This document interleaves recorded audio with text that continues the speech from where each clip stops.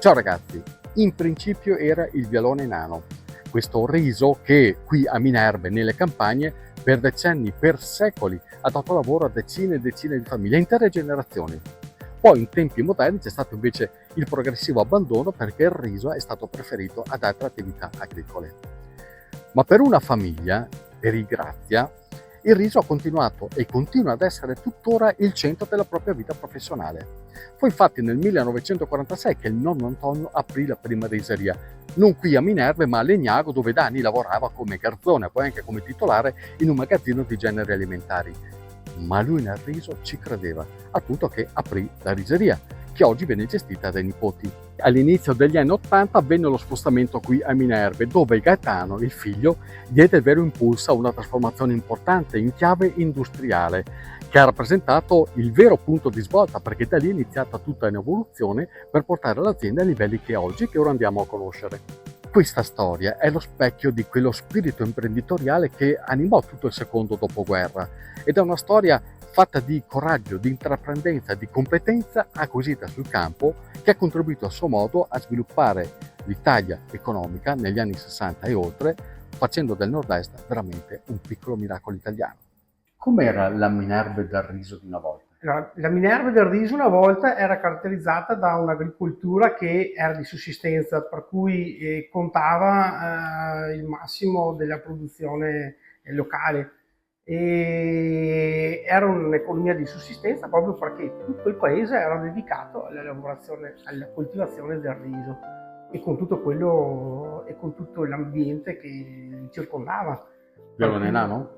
assolutamente il vialone nano, ma poi tutta quell'economia attorno alla coltivazione del riso. Il nonno all'epoca ci vedeva già a lungo, nel senso che sapeva che si dovevano comunque apportare dei cambiamenti nel tempo. Che cos'è che secondo lui doveva cambiare e quindi poi anche secondo la vostra famiglia? Sicuramente la lavorazione del riso era intesa come distribuzione agli ingrossi, in particolare di grandi formati. Non esistevano le piccole confezioni e chiaramente il consumo era principalmente domestico. Il nonno, e poi proseguito dal papà, vede sul serio lungo e inizia un approccio creando le prime confezioni. I primi sacchettini in realtà venivano fatti a mano, ovviamente rimaneva sempre la parte grossista, però con l'andare del tempo questa tipologia di confezione prende piede e si iniziano ad installare le prime confezionatrici automatiche.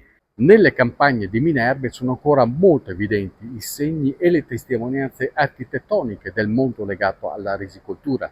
Parliamo quindi di corti rurali oppure di vecchi impianti come la bellissima pila di Corte Vivaldi, tutti elementi che danno il segno, danno il senso della profondità del radicamento della cultura del riso per secoli in questo territorio.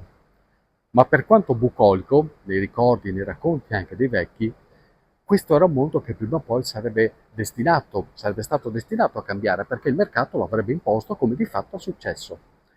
Era impensabile, per esempio, che una riseria continuasse a vendere il prodotto sfuso come avveniva per negozi e per ambulanti e una riseria non poteva certo pensare di sostenersi con una quantità così limitata, magari monovarietale. Ed è stato proprio qui che si è inserita l'abilità imprenditoriale dei Grazia.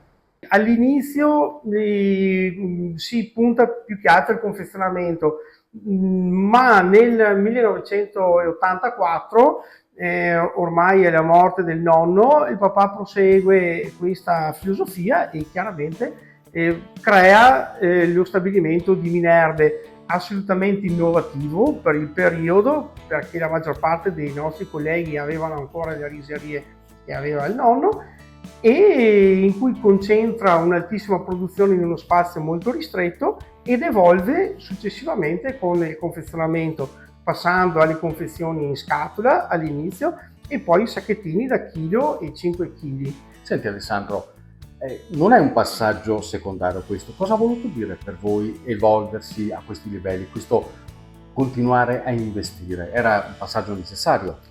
Assolutamente sì, lo richiede il mercato, lo richiede il consumatore ed è un passaggio soprattutto che ha portato, oltre a una distribuzione capillare di piccole, chiamiamole piccole confezioni, anche alla miglior conservazione del prodotto, quindi fare qualità del prodotto.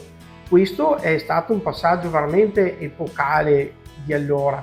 Quante varietà di riso lavorate qui? Allora, noi lavoriamo tutte le varietà di riso italiane. Allora, il nostro riso principale che ci ha reso, permettimi di dirlo, importanti, è il Vialone Nano, in quanto noi siamo proprio riconosciuti quelli del Vialone Nano. È brutto magari parlare di numeri, che a volte i numeri stufano, infatti non sto qui a disturbarvi con i numeri, però ecco, vi do solo questo dato. Noi siamo la prima riseria d'Italia per il consumo del Vialone Nano.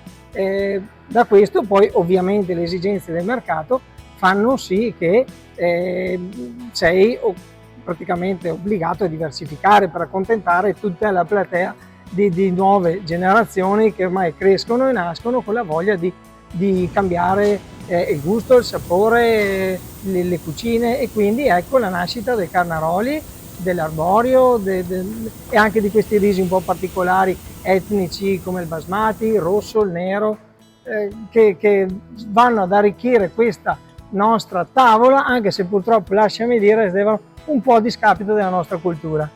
Torniamo alla lavorazione, che è un concetto basico, fondamentale per chi come Grazia gestisce un'azienda che si occupa di riso, questo alimento, questo cereale povero, ma non per questo da trattare con superficialità. Anzi, il principio su cui si fonda l'ottenimento del massimo della qualità è proprio il rispetto della materia prima, del frutto, che parte anche da qui. Questa è una piccola macchina, un macchinario antico che serve per calcolare la resa del riso.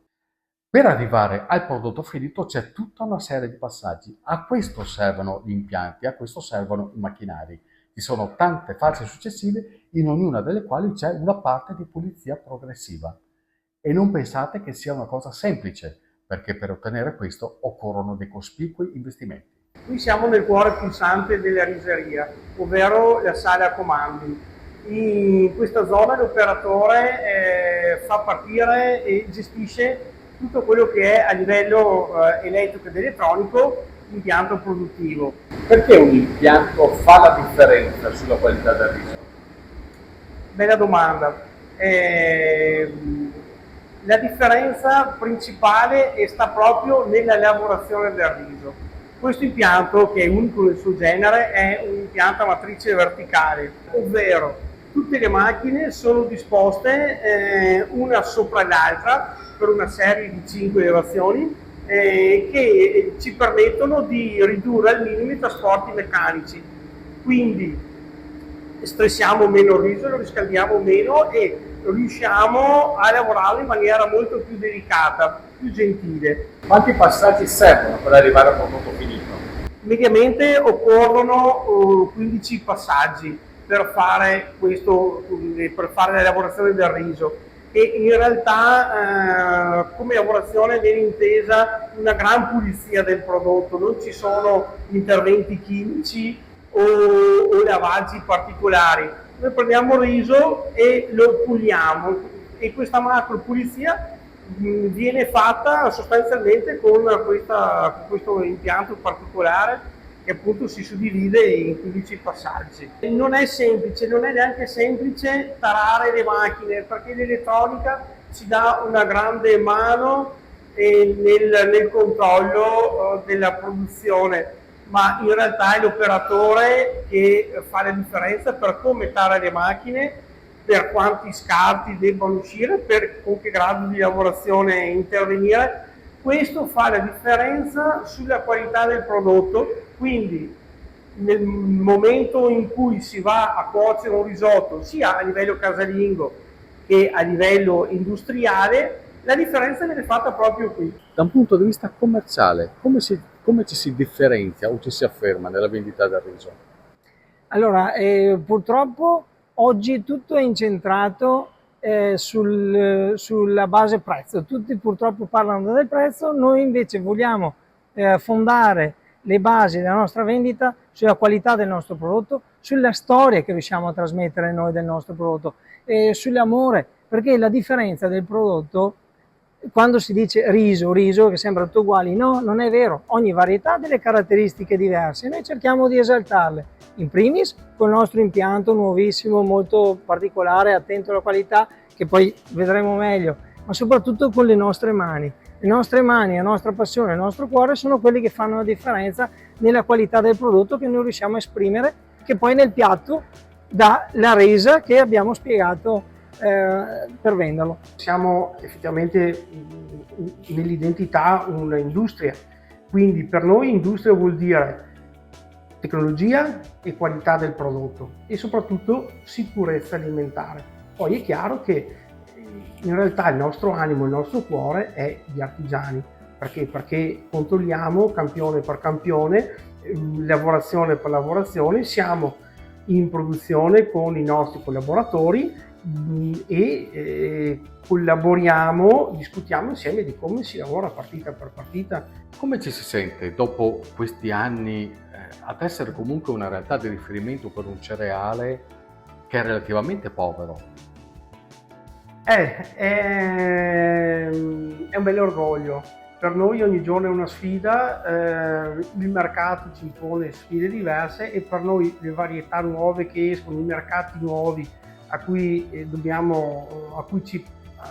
ci dedichiamo, perché poi alla fine ogni mercato ha le sue caratteristiche, ci impone cambiamenti continui, ci impone un'evoluzione continua. E questa è un po' la nostra sfida. Del resto, se non avessimo scelto di fare questo lavoro non saremmo neanche in grado di accettare queste sfide. Ormai il riso per noi è la vita, è una passione, altrimenti non saremmo in grado di portare avanti un'azienda come la nostra, fatta soprattutto di amore e di passione. Toccare il riso ha ancora un suo fascino, un suo perché? Beh, assolutamente sì. Toccare al riso vuol dire sentire il prodotto e ritornare al passato, quando il nonno e il papà discutevano del prodotto, delle partite di riso, lo prendevano con le mani, lo annusavano, lo guardavano, controllavano i difetti. Sicuramente toccare al riso, essere in produzione e assaporare quel profumo tipico della lavorazione che il riso emana è un'esperienza davvero unica.